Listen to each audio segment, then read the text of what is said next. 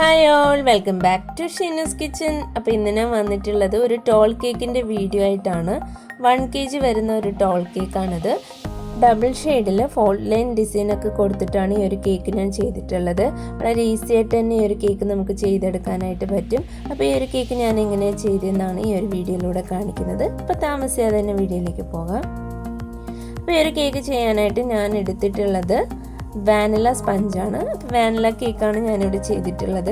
ഇതിൻ്റെ റെസിപ്പി ഞാനിതിൽ ഇൻക്ലൂഡ് ചെയ്തിട്ടില്ല. ഓൾറെഡി ഞാൻ ചെയ്തിട്ടുള്ള അതേ റെസിപ്പി വെച്ചിട്ട് തന്നെയാണ് ഈ ഒരു കേക്ക് ചെയ്തെടുത്തിട്ടുള്ളത്. അപ്പോൾ 4 എഗ്ഗ് ബാറ്റർ ചെയ്തിട്ട് 2 ടിന്നിലായിട്ട് ഒഴിച്ചിട്ടാണ് പ്രിപ്പയർ ചെയ്തിട്ടുള്ളത് കേക്ക്. അപ്പോൾ 6 ഇഞ്ച് ടിന്നാണ് ഞാനിവിടെ യൂസ് ചെയ്തേക്കുന്നത്. 6 ഇഞ്ചിൻ്റെ 2 ടിന്നിലായിട്ട് ഒഴിച്ചിട്ടാണ് ബേക്ക് ചെയ്തിട്ടുള്ളത്. എപ്പോഴും നമുക്ക് ടോൾ കേക്ക്, ഹൈറ്റ് കേക്കൊക്കെ ചെയ്യുമ്പോഴത്തേന് അത്യാവശ്യം ഹൈറ്റ് കിട്ടണമെങ്കിൽ നമ്മൾ 2 ടിന്നിൽ ഒഴിച്ചിട്ടോ അല്ലെങ്കിൽ 2 തവണയായിട്ടോ ബേക്ക് ചെയ്തിട്ട് വേണം എടുക്കാനായിട്ട്. അപ്പോൾ ഈ ഒരു ഓരോ കേക്ക് ഞാൻ 3 ലെയേഴ്സ് ആയിട്ടാണ് കട്ട് ചെയ്തെടുക്കുന്നത്. ടോട്ടൽ 6 ലെയർ കിട്ടും നമുക്ക് അങ്ങനെ വരുമ്പോഴത്തേന്. അപ്പോൾ നിങ്ങൾ എപ്പോഴും ശ്രദ്ധിക്കേണ്ട ഒരു കാര്യം, ഒന്നുകിൽ ഒറ്റ തവണയിൽ തന്നെ 2 ടിന്നിലായിട്ട് ബേക്ക് ചെയ്യുക. അപ്പോൾ 2 ടിന്നില്ലാത്തവരാണെങ്കിൽ 1 ടിന്നിൽ തന്നെ 2 തവണയായിട്ട് ബേക്ക് ചെയ്യുക. അപ്പം ഞാൻ അത്യാവശ്യം ഹൈറ്റുള്ള 6 ലെയേഴ്സായിട്ട് ഇവിടെ കട്ട് ചെയ്ത് വെച്ചിട്ടുണ്ട് കേക്ക്. ഇനി നമുക്ക് ഫ്രോസ്റ്റിംഗ് ചെയ്യാനായിട്ട് തുടങ്ങാം. അപ്പോൾ ഫസ്റ്റായിട്ട് ഞാൻ 1 kgയുടെ ഒരു ബേസ് എടുത്തിട്ടുണ്ട്. അതിലേക്ക് കുറച്ച് ക്രീം ഒന്ന് സെൻറ്ററിലായിട്ട് അപ്ലൈ ചെയ്ത് കൊടുത്തു. അതിൻ്റെ മുകളിലേക്കായിട്ട് ആദ്യത്തെ ലെയർ കേക്ക് വെച്ച് കൊടുത്തിട്ടുണ്ട്. അത് നല്ലതുപോലെ തന്നെ ഷുഗർ സിറപ്പ് കൊണ്ടിട്ട് ഒന്ന് വെറ്റ് ചെയ്തെടുക്കാം. അപ്പോൾ ഷുഗർ സിറപ്പ് കൊണ്ട് വെറ്റ് ചെയ്തതിന് ശേഷം ആ ഒരു ലെയറിന് ആവശ്യമായ ക്രീം ഇട്ട് കൊടുക്കുകയാണ്. ആ ക്രീം ഈവനായിട്ട് തന്നെ എല്ലാ ഭാഗത്തേക്കും സ്പ്രെഡ് ചെയ്ത് കൊടുക്കാം. അപ്പോൾ ചിലരൊക്കെ നട്ട്സ് ഇടാറുണ്ട്, അതുപോലെ കണ്ടൻസ് മിൽക്ക് ലെയറിൽ കൊടുക്കാറുണ്ട്. അപ്പോൾ അത് നിങ്ങളുടെ പ്രിഫറൻസ് അനുസരിച്ചിട്ട് എങ്ങനെ വേണമെങ്കിലും ചെയ്യാം. ഞാൻ നോർമലി വാനില കേക്ക് ഇങ്ങനെ ക്രീം മാത്രം കൊടുത്തിട്ടാണ് ചെയ്യാറുള്ളത്. അതിനുശേഷം സൈഡ് ഒന്ന് ക്ലിയർ ചെയ്ത് കൊടുത്തിട്ട് ഒരു പൈപ്പിംഗ് ബാഗിലേക്ക് കുറച്ച് ക്രീം എടുത്തിട്ട് ഇതുപോലെ ഒരു ബോർഡർ വരച്ചു കൊടുക്കുകയാണ്. അപ്പോൾ ഇങ്ങനെ ബോർഡർ വരച്ചതിന് ശേഷം അടുത്ത ലെയർ കേക്ക് വെച്ച് കൊടുക്കുക. എന്നിട്ട് അത് പ്രസ് ചെയ്യരുത്, ജസ്റ്റ് അങ്ങനെ തന്നെ വെച്ച് കൊടുക്കുക. കേക്കിന് കുറച്ചും കൂടെ ഹൈറ്റ് തോന്നിക്കാൻ വേണ്ടിയിട്ടാണ് അതുപോലെ ഒരു ബോർഡർ കൊടുത്തിട്ട് നമ്മൾ അടുത്ത ലെയർ കേക്ക് വയ്ക്കുന്നത്. ഈ ഒരു രീതിയിൽ തന്നെയാണ് ബാക്കി ലെയേഴ്സിൽ ഞാൻ ചെയ്തെടുക്കുന്നത്. ഇപ്പോൾ രണ്ടാമത്തെ ലെയർ കേക്ക് വെച്ചു, അതിൻ്റെ മുകളിലേക്ക് ഷുഗർ സിറപ്പ് കൊണ്ട് അപ്ലൈ ചെയ്തു. ദെൻ ഒരു ക്രീമും കൊടുത്തിട്ടുണ്ട്. അപ്പോൾ ഇങ്ങനെ ചെയ്തതിന് ശേഷം ആ ഒരു ബോർഡർ കൂടെ വരച്ചു കൊടുക്കുകയാണ്. ഇനി മൂന്നാമത്തെ ലെയർ കേക്ക് വെച്ച് കൊടുക്കാം. അപ്പോൾ ഇങ്ങനെ ഓരോ ലെയർ വെക്കുന്ന സമയത്ത് തന്നെയാണ് നമ്മുടെ കേക്കിൻ്റെ സൈഡ് പോർഷനും ഒന്ന് ക്രം കോട്ട് ചെയ്ത് നമുക്ക് പോകാം. അങ്ങനെ ആകുമ്പോഴത്തേന് നമുക്ക് ഫൈനലായിട്ട് ചെയ്യാനായിട്ട് ഈസി ആയിരിക്കും. അപ്പോൾ ആ ഒരു രീതിയിൽ എല്ലാ ലെയേഴ്സും ഞാൻ ലെയർ ചെയ്തിട്ടുണ്ട്. ലാസ്റ്റ് ലെയർ കേക്ക് വെച്ച് കൊടുത്തിട്ട് അത് നന്നായിട്ടൊന്ന് ക്രം കോട്ട് ചെയ്തെടുക്കുകയാണ്. അത്യാവശ്യം നല്ല രീതിയിൽ തന്നെ ക്രം കോട്ട് ചെയ്തെടുത്തിട്ടുണ്ട്. ഇനി ഈ ഒരു കേക്ക് 2 സ്ട്രോ കൂടെ വെച്ചിട്ട് നമുക്ക് ഒന്നും കൂടിയിട്ട് ഒന്ന് സപ്പോർട്ട് ചെയ്തെടുക്കാം. അപ്പം ഞാൻ 2 പേപ്പർ സ്ട്രോ കൂടെ വെച്ച് കൊടുക്കുകയാണ്. അപ്പോൾ എപ്പോഴും ഹൈറ്റ് കേക്കിന് ഒന്നുകിൽ വുഡൻ സ്ക്യൂവറോ അല്ലെങ്കിൽ ഇതുപോലെ സ്ട്രോയോ വെച്ച് കൊടുക്കുകയാണെങ്കിൽ ഒന്നും കൂടെ സേഫ് ആയിരിക്കും. അപ്പോൾ ഇത് വെച്ചിട്ടാണ് ഞാനിനി കേക്ക് ഫ്രിഡ്ജിൽ വെച്ച് തണുപ്പിച്ചെടുക്കുന്നത്. അപ്പോൾ ഹൈറ്റ് കേക്ക് ആയതുകൊണ്ട് തന്നെ ഫൈനൽ കോട്ടിംഗ് കൊടുക്കുന്നതിന് മുമ്പ് നല്ല രീതിയിൽ അതൊന്ന് തണുപ്പിച്ചെടുക്കണം. അത്യാവശ്യം ഒരു 3/4 മണിക്കൂറെങ്കിലും ഫ്രിഡ്ജിൽ വെച്ചിട്ട് തണുപ്പിച്ചെടുക്കുക.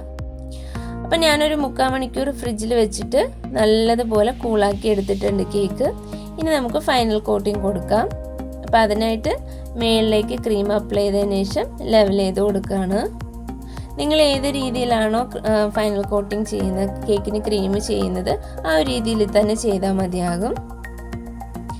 അപ്പോൾ അതിനുശേഷം താഴേക്ക് ഓരോ ലെയറായിട്ടാണ് ഞാൻ ക്രീം കൊടുക്കുന്നത്. അപ്പോൾ ഒരു ലെയർ കൊടുത്തു, ഇനി അടുത്ത ലെയർ ക്രീം കൊടുക്കുകയാണ്. അപ്പോൾ ഇത് കാണുമ്പോൾ നിങ്ങൾ ചിന്തിക്കും വലിയൊരു സ്പാച്ചില വെച്ച് ചെയ്താൽ ഒറ്റ തവണ തന്നെ നമുക്ക് ക്രീം കൊടുത്ത് ചെയ്യാമല്ലോ എന്ന്. പക്ഷേ ഈ ഒരു സ്പാച്ചിലയോട് എനിക്ക് ഭയങ്കര ഒരു അറ്റാച്ച്മെൻ്റ് ആണ്. ഞാൻ കേക്ക് ചെയ്ത് തുടങ്ങിയ സമയം മുതൽ ഇത് വെച്ചിട്ടാണ് ചെയ്യുന്നത്. അപ്പോൾ ഇത് വെച്ച് ചെയ്താലേ എനിക്ക് കംഫർട്ടായിട്ട് ചെയ്യാനും പറ്റുള്ളൂ. എൻ്റെ കയ്യിലുള്ള വലിയ സ്പാച്ചില യൂസ് ചെയ്തിട്ട് എനിക്ക് ചെയ്യാൻ പറ്റത്തില്ല.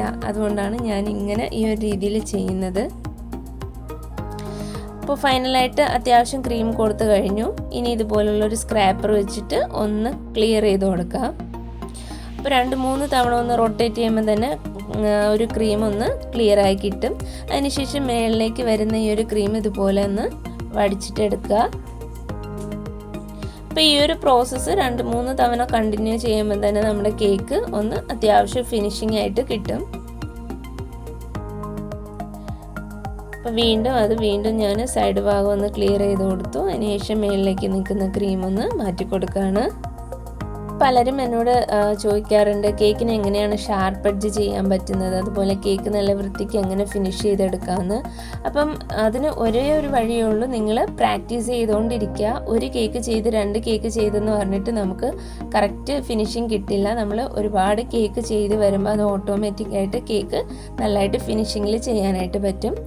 ഇനി ഞാൻ ഒരു ഫോൾട്ട് ലൈൻ കൊടുക്കാനായിട്ട് വൈറ്റ് കളർ ക്രീമിലേക്ക് മാജിക് കളേഴ്സിൻ്റെ മാജിക് റെഡ് ചേർത്തിട്ട് നല്ല ഡാർക്ക് ആക്കിയിട്ടുള്ള റെഡ് കളറിലെ ക്രീം എടുത്തിട്ടുണ്ട്. അതൊരു പൈപ്പിംഗ് ബാഗിൽ എടുത്തതിന് ശേഷം ഇതുപോലെ ഒന്ന് ബോർഡേഴ്സ് വരച്ചു കൊടുക്കുകയാണ്. ഇപ്പം നമുക്ക് ഈ ഒരു കാര്യം ചെയ്യുമ്പോഴത്തേനും ശ്രദ്ധിക്കേണ്ടതെന്ന് വെച്ചാൽ നമുക്ക് എത്ര ഹൈറ്റിനാണോ നമ്മുടെ ആ ഒരു ഫോൾട്ട് ലൈൻ വേണ്ടത് അതിനനുസരിച്ച് അതിനേക്കാളും കുറച്ച് താഴേക്കായിട്ട് വേണം ഇതുപോലെ ബോർഡർ വരച്ചു കൊടുക്കാനായിട്ട്. കാരണം നമ്മൾ ബോർഡർ വരച്ചതിന് ശേഷം വീണ്ടും സ്പാച്ചില വെച്ചിട്ട് അല്ലെങ്കിൽ സ്ക്രാപ്പർ വെച്ചിട്ട് അത് ലെവൽ ചെയ്യുമ്പോഴത്തേനും കുറച്ചുകൂടെ ഹൈറ്റിലേക്കും ആ ഒരു ക്രീം പോകും. അപ്പോൾ അതുകൊണ്ട് നമ്മളെപ്പോഴും ചെയ്യുമ്പോഴത്തേന് നമുക്ക് എത്ര ഹൈറ്റിനാണോ വേണ്ടത് അതിനേക്കാളും ഒരു ശകലം, അതായത് കുറച്ച് താഴേക്ക് നിർത്തിയിട്ട് വേണം ബോർഡർ വരച്ചു കൊടുക്കാനായിട്ട്. ഇപ്പം ഞാൻ വരച്ചിട്ടുണ്ടായിരുന്ന ബോർഡർ എനിക്ക് കുറച്ചും കൂടെ ഹൈറ്റിന് വേണമെന്ന് തോന്നി. അപ്പോൾ ഒരു ലെയറും കൂടിയിട്ട് ഞാൻ വരച്ചു കൊടുത്തിട്ട് അതും ഒന്ന് ഫിനിഷ് ചെയ്തെടുക്കുകയാണ്. അപ്പോൾ ഇനി ചെറിയൊരു ഒരു സ്ക്രാപ്പർ വെച്ചിട്ട് അതൊന്ന് ലെവൽ ചെയ്ത് കൊടുക്കുന്നുണ്ട്. അപ്പോൾ നമ്മുടെ കേക്ക് ഈ ഒരു രീതിയിൽ ആയി കിട്ടിയിട്ടുണ്ട്. ഞാൻ ഒരു ബോർഡിലേക്ക് പറ്റിയിട്ടുള്ള ക്രീമൊക്കെ ഇതുപോലെ ബ്രഷ് വെച്ചിട്ടൊന്ന് ക്ലിയർ ചെയ്ത് കൊടുക്കാം.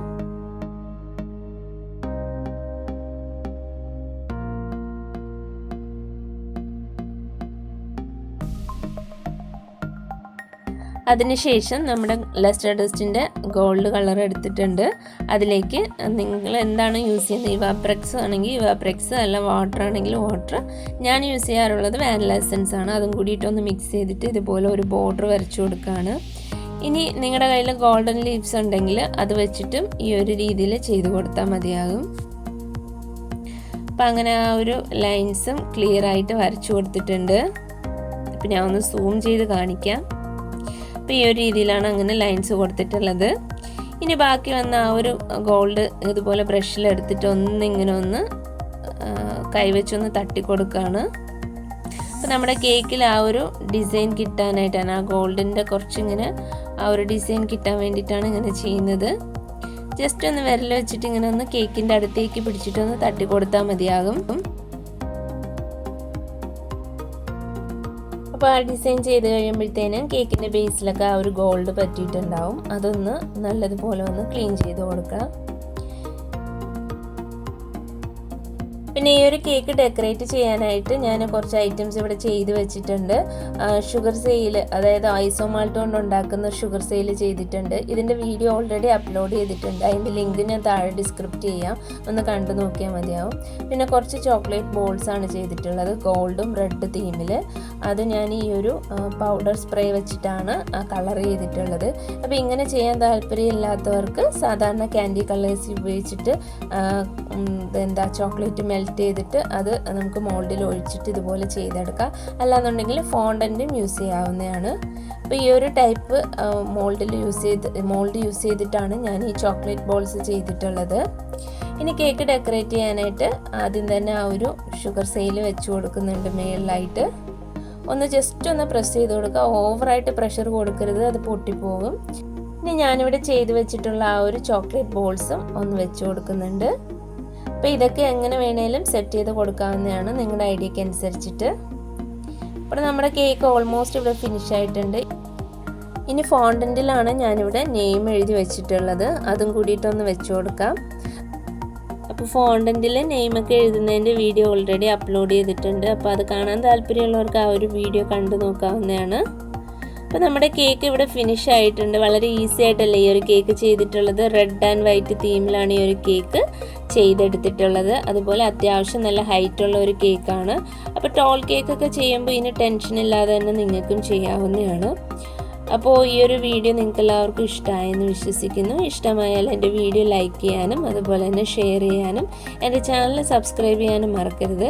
അതുപോലെ തന്നെ എൻ്റെ ഇൻസ്റ്റാഗ്രാം പേജും എൻ്റെ FB പേജും കൂടിയിട്ടൊന്ന് ലൈക്ക് ചെയ്യുക. ഷീനൂസ് കിച്ചൻ എന്നാണ് നെയിം. അപ്പോൾ നെക്സ്റ്റ് നല്ലൊരു വീഡിയോ ആയിട്ട് വരുന്നവരേക്കും എല്ലാവർക്കും bye bye. Thank you for watching Sheenu's kitchen.